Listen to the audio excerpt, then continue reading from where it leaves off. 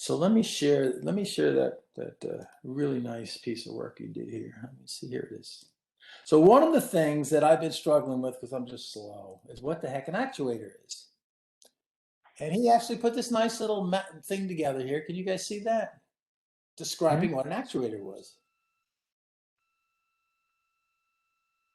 And I was on a different path. I thought these were something different. These, to me, these look like mappers. They look like you take the OpenC2 language and if you're going to build a profile, you will name the profile and tell us, mapping to the language, what you support. Is that fair? Yes. Okay, good. Absolutely. I wasn't going that way at all. I'm glad this picture was really helpful to me. I was thinking of something else. So this is very interesting because, conceptually, I get the fact you have to map from the language to the actual capability to match that language. So we'll talk about that a little later when we go back to our diagrams. But now that I understand this better, I think I can work a little bit more on it than previously, because I wasn't sure how to start with it. But this helped really a lot with the mappings. And it's kind of ironic. I'm very good on the stick shifter stuff, and we do mappings there between sticks commands, language, and local APIs and data models of the proprietary products. So it's a parallel line. It's interesting. Part of my head says, well, why couldn't we use stick shifter here? Because it does that. But I think this is a little bit different because it is doing more of a capabilities, if you will, of the consumer or producer that is acting in the actuator in a certain role. So anyway, this was extremely helpful. I found that helpful. So thanks for that.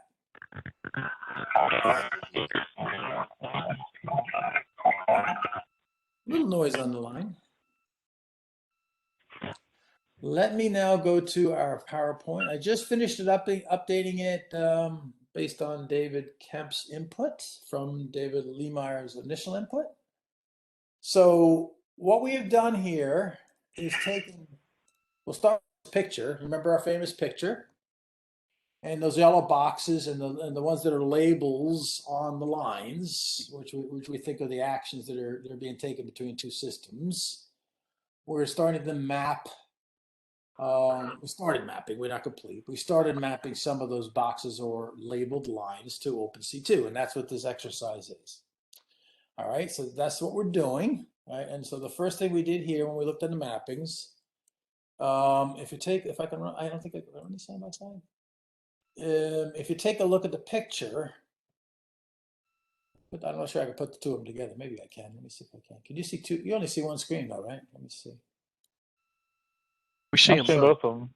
You do? Okay, so if I get myself out of my own way here, hold on. Then I should be able to make this work. Ah.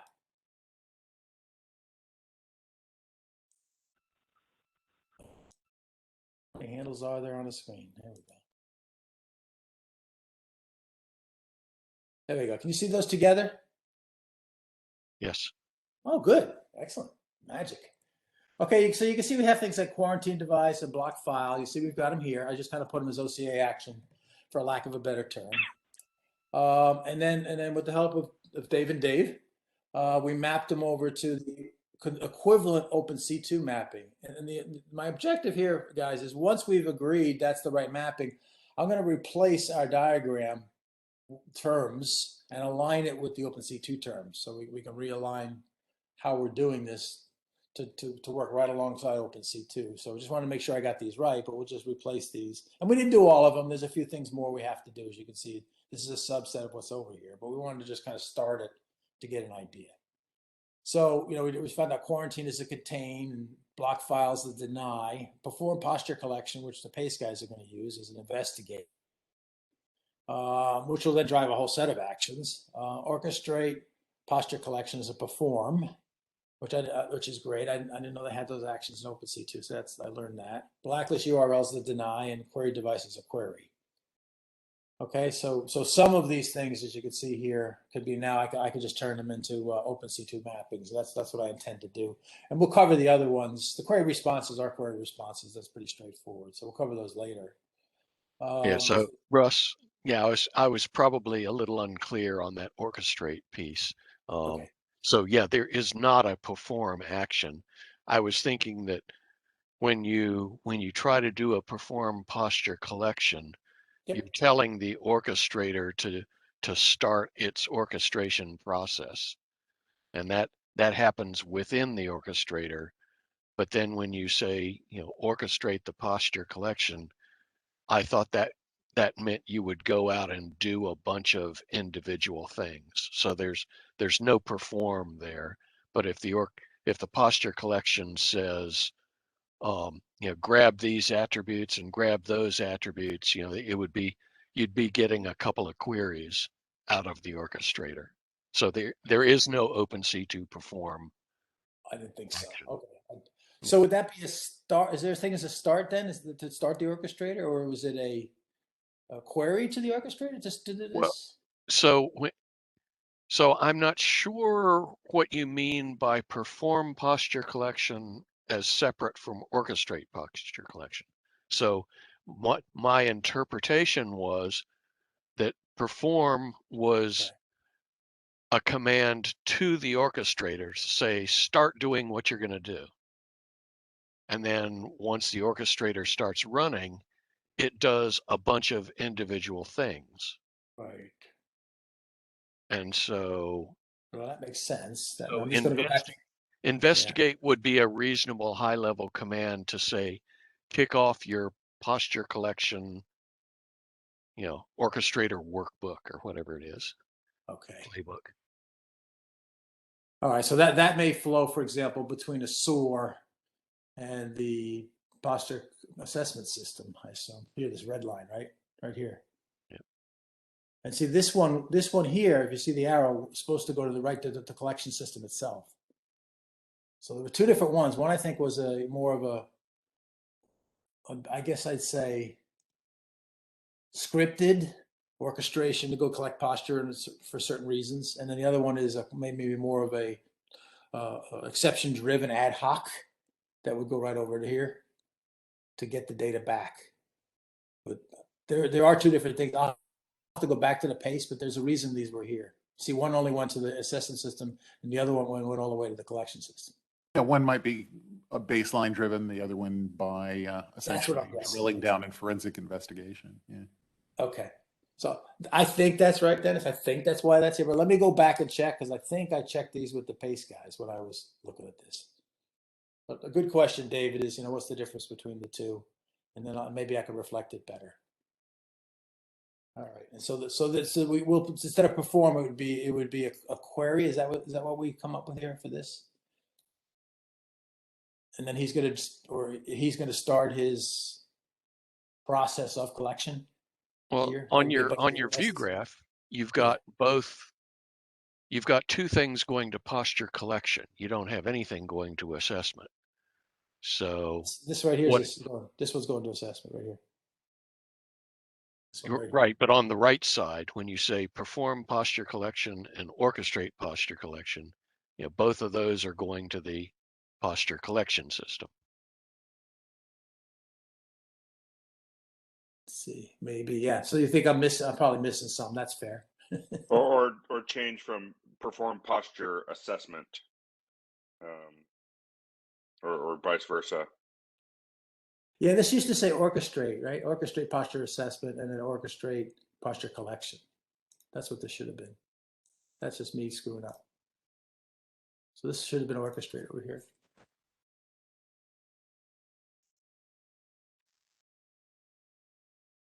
That's the first red line. If I could spell, I'd be really good. There we go. All right, so this one of those is assessment. Yeah. Yeah, this one.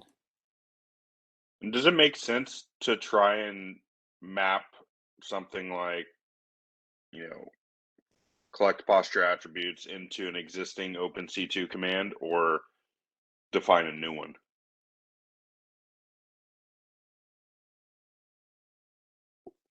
Well, I think wouldn't we want to try? Wouldn't we want to try and map it to something existing? But we may need to find a new one. I don't know. It seems like we should keep them distinct. Yeah, I agree. Yeah, this is one I missed. As I said, we didn't do all of them, so I'll go back through the diagram and finish filling this out, because that's one here. It's over here too. Yeah, I think mentally I have been trying to stick as much as possible within the existing defined list of OpenC2 actions. Yeah. But I'm definitely open to the notion that we may just have to say this doesn't really fit anything and define what a new action would look like. It just needs to be clearly distinct from the existing action set and ideally not too closely bound to just what's going on here, right? The intent is the actions are atomic and fairly generic for the most part. Would it be normal to use query to, for instance, query posture collection being the payload that gets, that's the query that's sent down? That's my going in instinct, is to use query for pretty much anything where the goal is to gather data. And then, you know, in my mind, I was using investigate at a higher level that says, I need to learn this about these set of things. And then that triggers a set of query activities that feed data to wherever the data needs to go. Right. So I agree with you guys. It's collect posture attributes action is a query. It really is. So we can, I think that makes perfect sense. Yeah, that we can map it to existing. And David, I forgot what does investigate turn into? You've been explaining it to me, but I forgot now. Yeah, so originally OpenC2 had two different categories of actions. You know, one of them was orchestrator to orchestrator, and the other was orchestrator to endpoint. So the first one would be high level, and we called them effects-based actions. It's just a goal of a playbook to accomplish something. And so investigate and remediate and mitigate were the three actions that you wanted. You know, you wanted to get rid of malware, or you wanted to take some action to mitigate it without actually removing it, or investigate was the first action, just to do whatever the hell you have to do to figure out something. So they're not very well defined. They're just, you know, categories of goals that you want to accomplish. And then all of the other actions were actually specific, you know, like queries and denies and contains and things like that. But those higher level ones match well to the workflow. And then the lower level ones, the more concrete ones, match well to the, how do I get something to do that for me, in a sense. It's kind of nice to have that the distinction between mitigate and remediate, so that there's clarity of sort of intent, if you will. Yeah, maybe that what we need is not actually new actions, but a new target that relates to posture assessment. Yeah.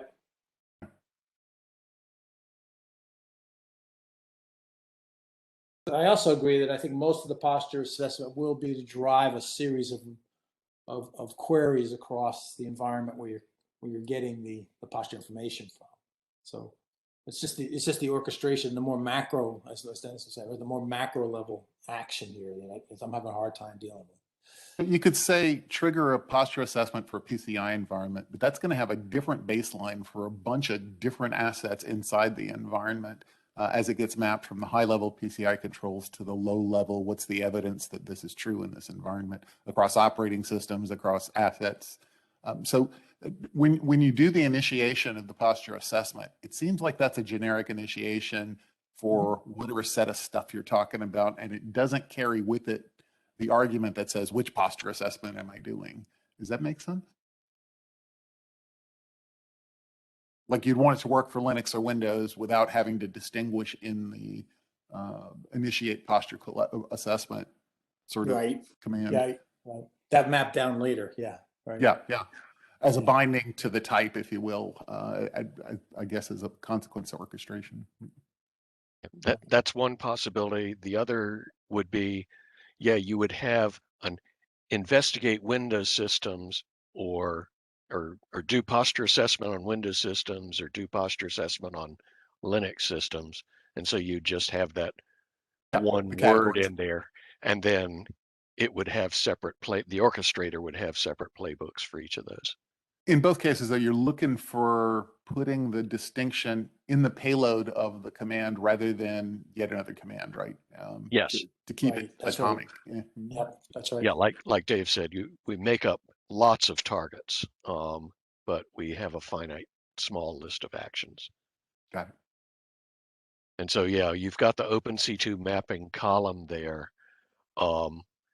So since you saw Patrick's paper, yeah, maybe we want to have both the action and the target in that thing. So you could contain a file or deny a file, or Right. yeah. Right. So I put those, David, in this action. I could add the action and target. I could put those in here, sir. Yep. Okay. I'll make a note. But I also think, you know, we're having a good discussion about some of these, what I'll call more macro commands. The orchestrate is just an example of one, but I can see a lot of other types of commands like that are going to flow from some of these, at least some of these systems that are doing some more sophisticated analysis, I'll say. And so that down here, down on the execution side or the consumer side, I guess you call it in OpenC2, there may be a set of atomic actions that are going to result from that one command coming from this side. I could also see it the other way around, because a lot of SOAR orchestration I know of are just, you know, workbooks and cookbooks, and they will create the individual atomic commands coming out of it, right out of the SOAR, right to these systems. So I've seen that too. But it looked like posture assessment supported more of a multi-step, multi-faceted command called orchestrate. So we'll have to look at the base for that. See what they mean by that. So I'll leave this one blank for now. Does that make sense? And we'll figure it out. Sure. Right, because I think that brings up a really good question. Because as I said, I do know of many cases where there are a set of things that are done from some of these systems that result in many atomic actions underneath it from some of these systems. So I'll have to figure that one out later.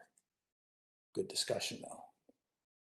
Okay, then Yeah, the use case mapping. Yeah, go ahead. Sorry. Yeah, back up. Yeah.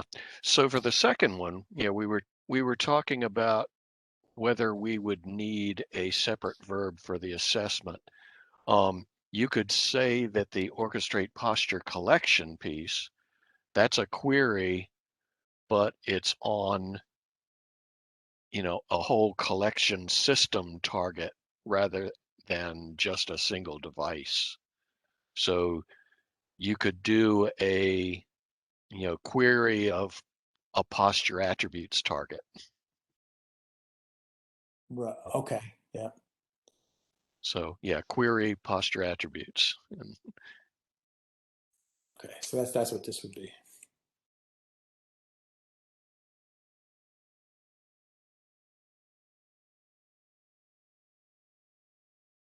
Because I'm looking over here on this side, you can see there's some perform posture attribute collection down to the element, the specific one, and that's different than the ones that are coming in from here, which are going to again represent a composite set of them. Yeah, I'd agree with that. Okay. All right, that's good. That's a good discussion. That's something we'll have to start distinguishing.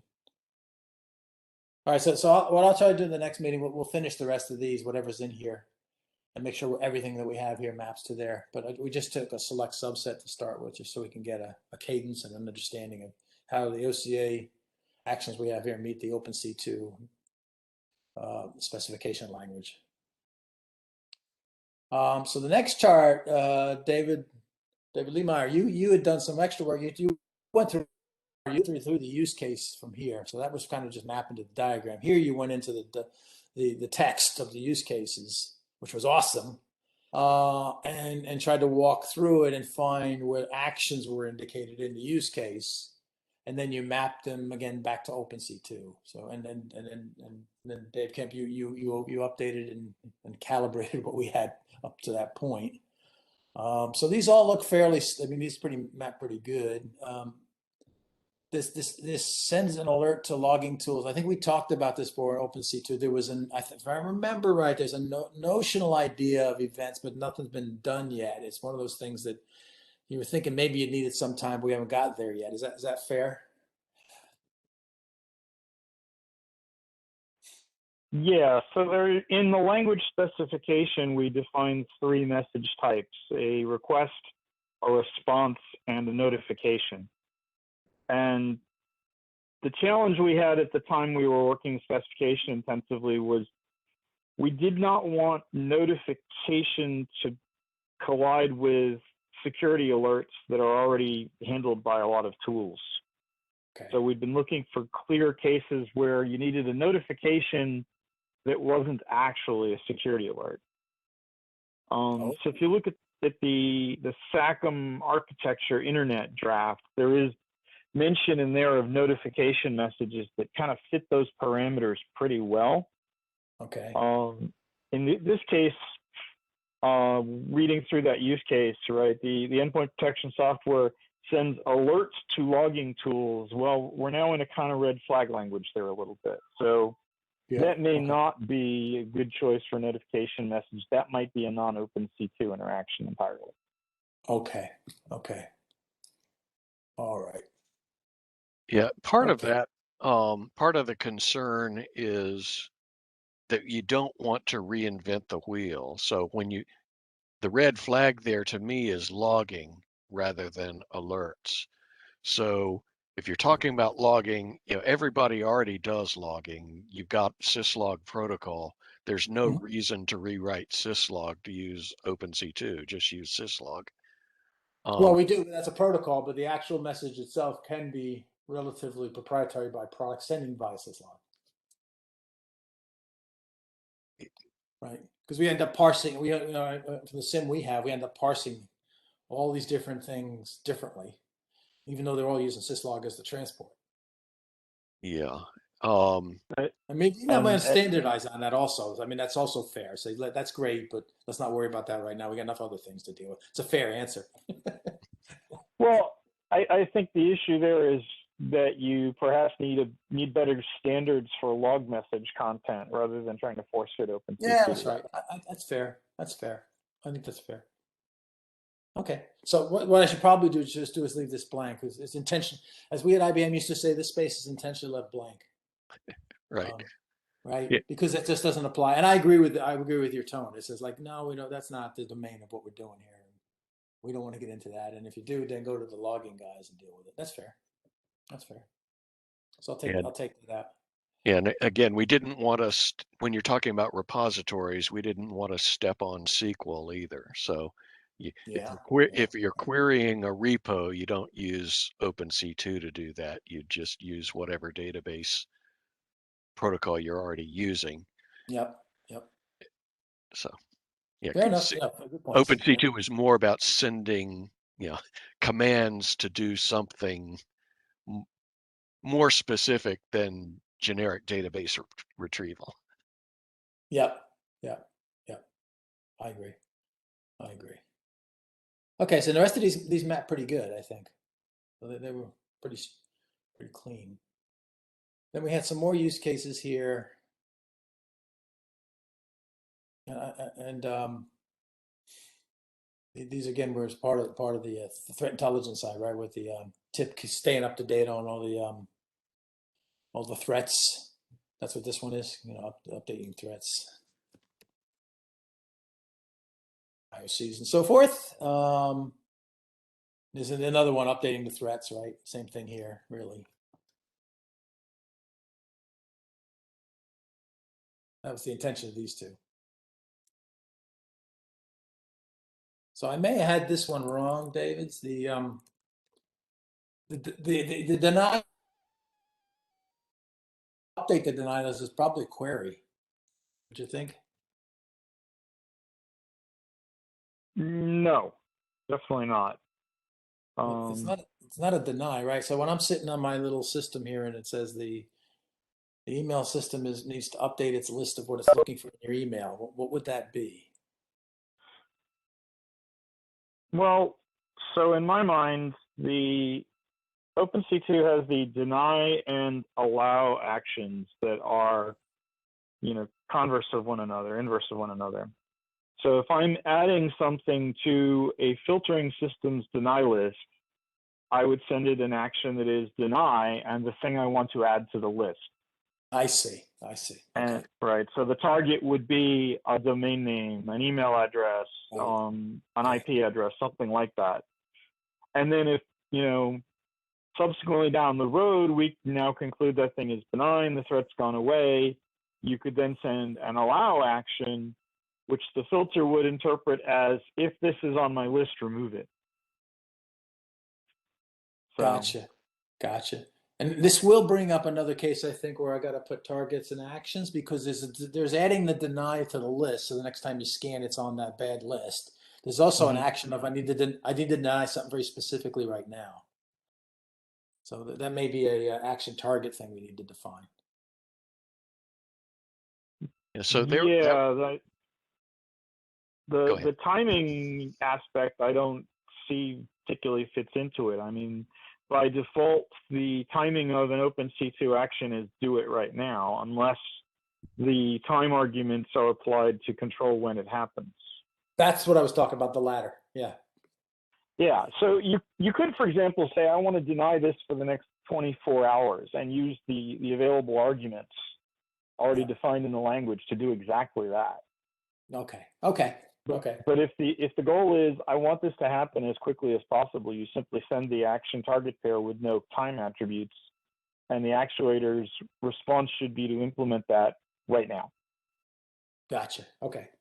Got it. Thank you.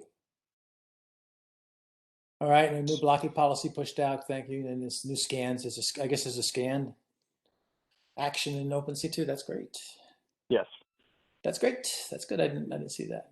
So I'm still getting up to speed on. So that was up to this point. Thank you again for all the work you guys did, David. That's up to this point, mapping the both the use cases as well as our diagram to the OpenC2 actions. And now I think as a suggestion, we probably want to put action target in this list that David was suggesting. So I can probably try to indicate who the actions and targets are. Now, this is where it gets a little interesting, and this is where actuators come in, right? Because the target, I know these actions, they're going to be able to be executed in multiple different places, right? The action can be against a particular system. It could be against a particular, in this case, a particular subsystem over here. So there's, as you can see, the commands are here more than once. Quarantine devices here 3 times.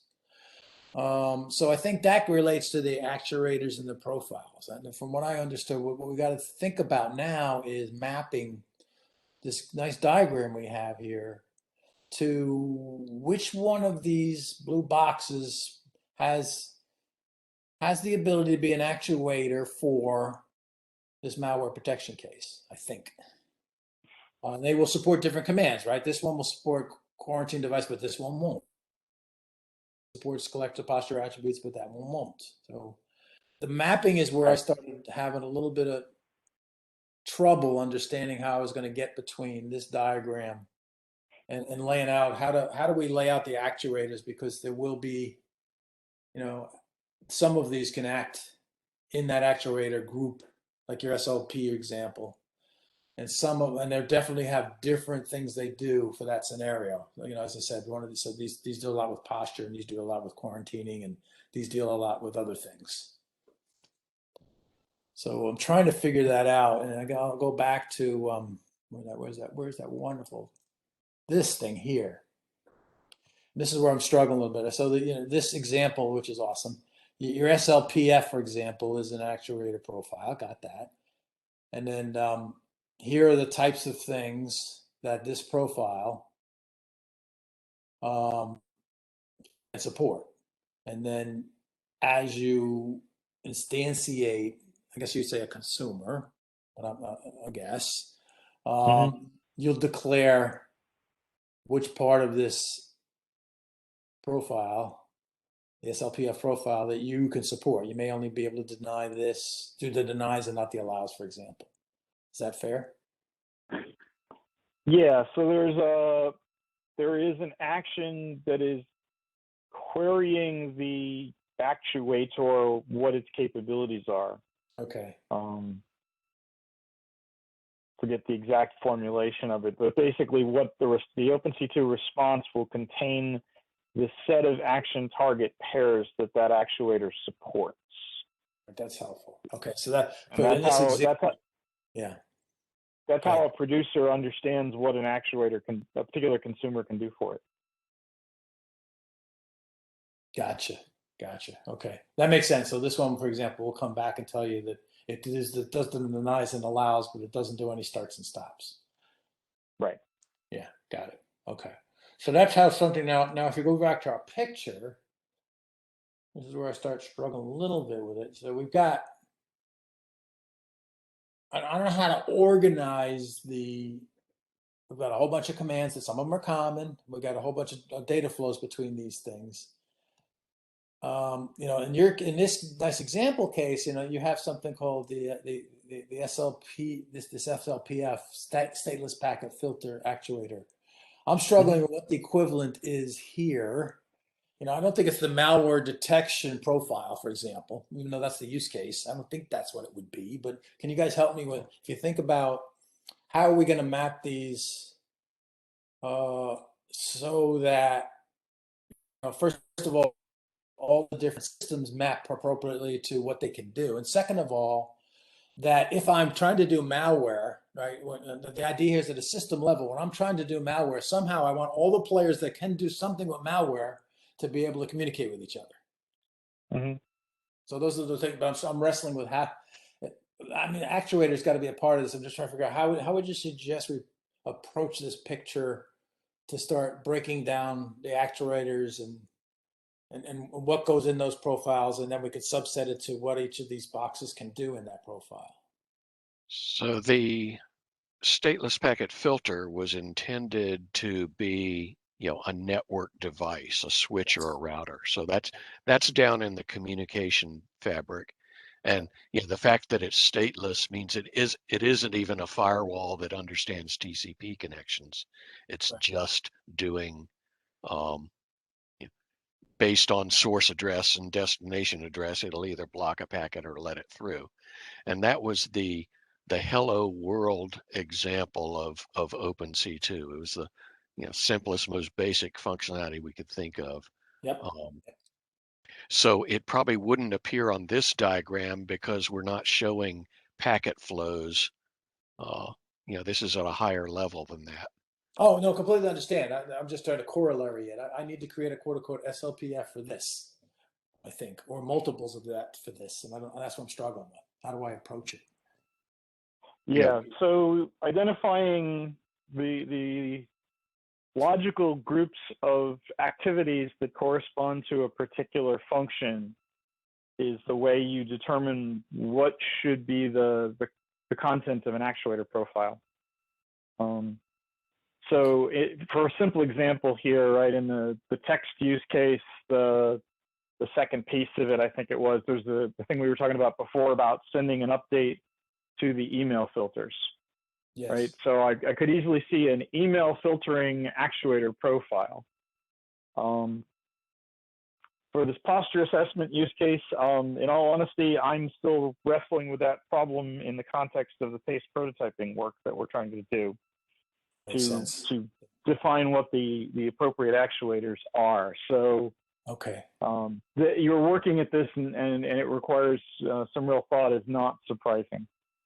Okay, no, that's good, and I think I could take a number of different stabs at it. I was trying to figure out. I'll struggle with it a little bit, but I'll try to figure out the right way of representing that, because part of me wants to make sure that the system acts as a system. That's the whole point of OCA, right? This is a collaborative system around a particular use case. So some of me says I need to keep that character as I go and break down these very different behavior types of systems that we're talking about here. Some are very specific at a certain layer. Some are in a different, a macro layer, more of an operational thing. But they're all playing in the malware detection environment. So Russ, as I'm listening into this a little more closely, and I apologize, I was multitasking until about 10 minutes ago. Of course. But I think what you're describing, I was actually thinking of what you were describing here, and then you kind of verbalized it. But what you have on your list of OCA actions, I think you just kind of realized it. Some of those are kind of tactical, if you will, and some of them are more strategic. And if you were to start kind of binning them, again, that's something we would use in the taxonomy as part of the ontology to show which is a subset activity of what, so that we can take advantage of that identification. Does that make sense? That's right. So it's okay that they exist at different levels. You just need to be able to articulate the fact that one of them is one can be a subclass of, we use the term subclass of others. So some of them have parts and some of them are subclasses. The difference being obviously that, well, maybe it's not obvious, that an automobile, you can have a subclass of an automobile, like a sedan, like a station wagon, but a part of an automobile is like a tire and a steering wheel, body, things like that. So we just need to make sure we don't conflate those two concepts as we're mapping this out, and then we'll be able to get them into the correct structure. Over. But it's okay to have all of those different issues or different examples being in play. We just need to be able to understand the difference between them. Yep, that makes sense. That makes sense. The decomposing of some of these, like the posture stuff we were just chatting about, it I think is something that will decompose well. I think there's some things like orchestration, or some of these other more macro things that get done at these layers. Yeah. So in a temporal, yeah, in a temporal sense, what I call like part of a car, that would be steps in a process. So those are part of a process and they are steps. And so they're not a subtype of a process, they are a part of a process if it goes through a flow. So just consider that. Okay. Gosh, that makes sense. I get you. And when you think of parts of a car, you've got a steering wheel and an engine and wheels or something. That's the way we think of orchestrators versus profiles. So if you've got an engine profile and you've got an engine profile, and then you've got a device that is a car, then you could include, you have a sedan, it has an engine, you have a station wagon, it also has an engine. And so you can have the same profile appearing in multiple. That's right. And the advantage of the ontological approach is the difference. So when you make a table and you try and do that, you start getting confused because I put engine over here, but actually engine could be in all these different ones. So where do I put it?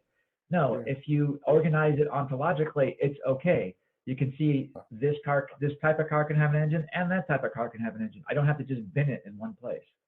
So that's how we can get away from some of the challenges you have of making these nice little tables once we actually get more stuff into the ontology. Over. Yeah, fair enough. So another way of thinking about this, using the car analogy for a minute, or broadening it to a vehicle analogy, a function for which you could define an actuator profile in a vehicle would be steering or direction control. And another function might be velocity control that would, handle acceleration, braking, forward, reverse. And those functions apply whether your vehicle is a tricycle, a motorcycle, a sedan, an 18-wheeler, Formula One race car. The functions still exist. So I think that's very helpful, Dave, because I'm thinking, these colored lines, if you think about, if I break it down now and translate it to these pictures, I got certain lines that are like, let's take this one little box as an example. This thing in the malware protect is one of its primary functions is scanning and reporting on malware. Another primary function is actions against that malware. Then you look at the orange lines, and this system is also participating in a posture collection system. So that's another function I could think of, just like your car example. So I can almost think of maybe these colored lines may help me understand that this thing, for example, may have 3 functions because it's got 3 colored lines as an example. Would that be fair? Absolutely would be fair. And, Okay. you know, one of our ongoing discussions in OpenC2 is what's the rational scope of an actuator profile. Okay. But it's absolutely the case that a device, be that a physical PC, a virtual machine, you know, some piece of the network infrastructure, we fully expect that many devices will incorporate multiple actuator profiles. There's definitely not a one-to-one correlation there. Right. Yep. No, certainly true there, and it's even more so, I should say worse, for these programmatical things up here, because you know, as we talked about, sims and sors are beasts of different types of functions that are completely orthogonal to each other. I mean, they all fit together, but you know, a SOR can do orchestration, right? But it also does, you know, it also does some run book work. It also does some basic interrogations and queries and contexts, yada yada. So SIM does log management. It also does user behavior and analytics. It also does network and diagnostics. It also does asset management. So I think, I think more so, you know, not only do devices have a lot of profiles, I think these guys, the programmatic things may have even more, but that's okay as long as we can break them down and describe for each of those types of things it does, what the actions and targets are for each of those things. Right. And remember that actuator profiles are applicable to consumers, right? The SIM and the SOR may be much more in the role of producers. So the actuator profiles they need to understand because they need to understand the scope of the things they're commanding capabilities, but they might not themselves have any actuator profile associated with themselves if they're not being commanded. Okay, I got you on that. I got so I didn't know the actuator profiles are only for consumers. Although in my head, if you see the arrows, I think all of these end up being both producers and consumers, but they may not be. Because you see that there's inputs coming into all of them. There's outputs going out of all of them. But right, but not every input is an OpenC2 command. That's also true. That's also true. You know. That's also true. Yep.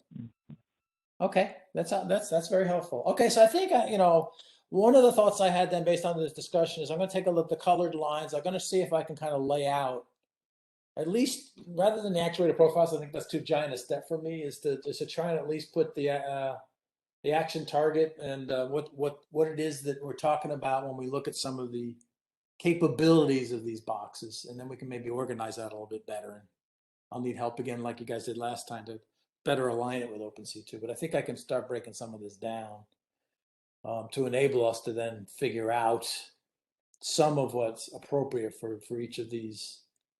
Again, just the consumers, but for each of the consumers, what types of profiles it will need in order to participate in this malware detection use case. So I can take it. Sounds like a good next step. Yeah, that'd be the next step, I think, because that's enough for me to swallow. I think I can do enough there to kind of figure that out, and it'll be raw, but at least it'll be a start. And then I am going to take a look at whatever paste stuff I got. And I may have to go back to SACM doc, which I have, to look at these a little bit better and the questions we asked about this orchestration stuff, and try and get a little more understanding myself on where it's what I call a macro kind of an action versus an atomic. And I think I can get some flavors out of it if I go back to SACM. I haven't looked at it in a while, but I remember drawing these based on the spec, that there was some quote unquote macro level stuff that happens at the system, and then the collection system takes some macros and maps it into the individual atomics. So I want to see if I can get a better sense of that to capture it, because I think that's an instance where we will have that not only here but in other places. So let's start with the posture collection system as an example of that, and then back to your point, Forrest. If we could figure that out, then let's lay that out in the ontology with this quote unquote macro level multiple target actions versus the atomics. And back to your point on, engine can go in multiple places. Okay, does that sound like a good next steps? And just so again, kind of tying in the what another potential benefit of the ontology, and this is something we're just starting to work on at SAIC, so I can kind of maybe show some demos in the future, is once we start getting these kind of temporal relationships laid out, you can start looking at causality, and you can start looking at probability of, if this, what does it mean that, what's the next thing going to happen? And then we can start actually using the graph to gather the data to come up with those probability and statistics and stuff that heretofore we've had to do all sorts of fancy data science nug work to do. Okay. So, I'm not sure if that made sense to anybody, but hopefully I'll be able to show some examples of that in the near future. Once we get, this would be great for us to map out from a cybersecurity perspective some of these processes that unfold in time. That sounds good. Yeah.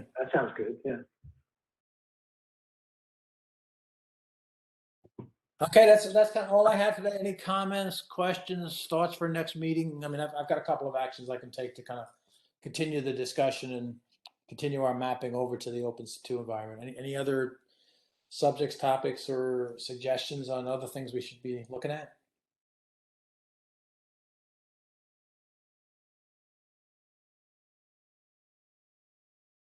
Otherwise, thanks everybody for your help. I do appreciate it. We'll keep stepping along this way until we can lay out a plan of attack on how we get the malware detection